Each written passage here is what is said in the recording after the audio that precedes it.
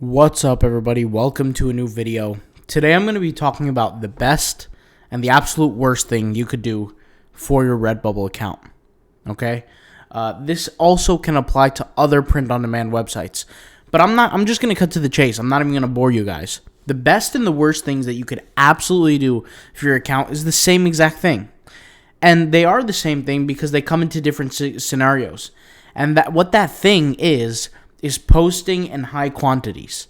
Now, I know this might be a brain shock to some people, and I know a lot of people are probably saying, well, what are you talking about? Don't you tell us to, more is better, doing more is better? And in every instance, yes. But that's also could be one of the worst things that you're doing for yourself, and I'll explain. There was a guy who commented on my video today.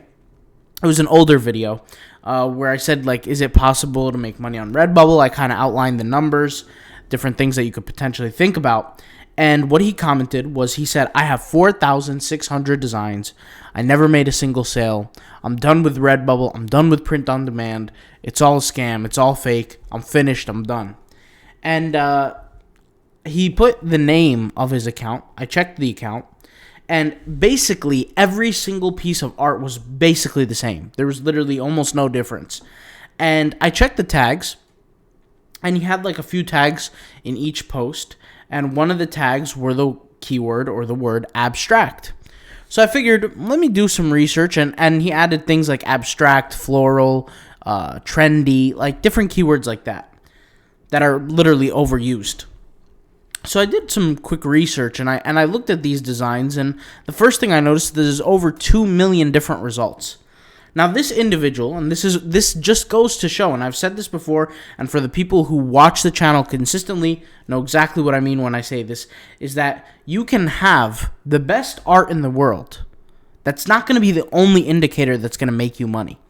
But regardless, I checked the tags. They were all one-worded tags, which is fine if you're picking the right words. But this individual decided to compete for keywords that have over 2 million results. Now, I want you to think logically, right?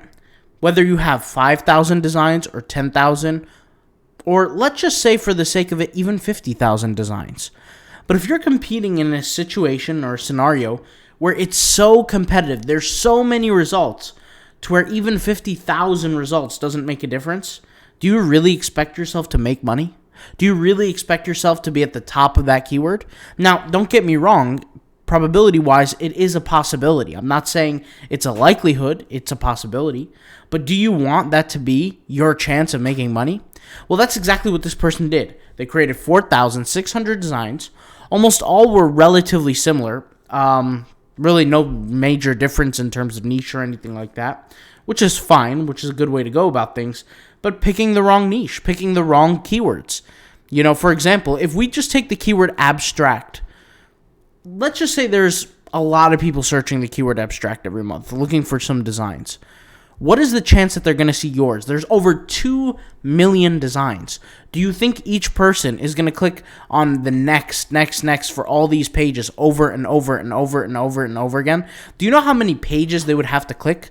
There might be over 100,000 pages right here for the keyword abstract. Do you think they're going to just sit there and keep clicking to find your design? It's not realistic. So essentially what you did is you shot yourself in the foot by doing that. You created a ton of designs in a niche that nobody cares for you about. No offense, not to be disrespectful, but that's kind of one of the worst things you could do. If a lot of people sometimes think that if there's no traffic, the best thing I could do is produce more art. And that's not the case. And we've talked about this in the Redbubble tag course where we spoke about the worst thing you could do is create designs in a niche that you're not going to be found, whether there be lack of search demand or whether there be way too much competition. You have to be able to find that medium. Now, granted, we talked about that in the course, so I'll leave that for the course, but there has to be this happy medium where you're getting enough traffic to where then you can choose to dominate. One of the biggest tips I've always had is don't go too deep into a certain category of a niche or a sub-niche if you haven't yet validated it. If there's no proof that you're going to get sales, if you haven't made sales, if you haven't generated traffic, then it's probably not a good way to go, right? And traffic is a very, very good indicator of how successful you're going to be. If you created 100 designs, right, and you're not getting any traffic, then something is going wrong, whether it be, your tags, the niche, whatever it might be. Something is incorrect about what you're doing, right? And these should be tips. You shouldn't have to go 4,000 plus designs into the project hoping that something's going to change, right? Because I forgot who said this. I think it was Albert Einstein. To do the same thing over and over again, expecting a different result, is insanity, right? You're doing the same exact thing, going in the same niche, the same exact keywords, by the way. Almost every single design out of all those 4,000 designs had the same keyword. The reason why I know that is because I went on page 1, checked the keywords, the designs, went on page 20, went on page 40, same thing, right? So what I'm trying to say is that if you do the same thing over and over and over, and in the beginning you had no results, don't expect to have results later down the road. So that's one of the worst things you could do, is creating more of what does not work. That is the worst thing you could do, right? You're going to have to invest time, effort, money, whatever you want to call it, into learning what actually works for the platform, right?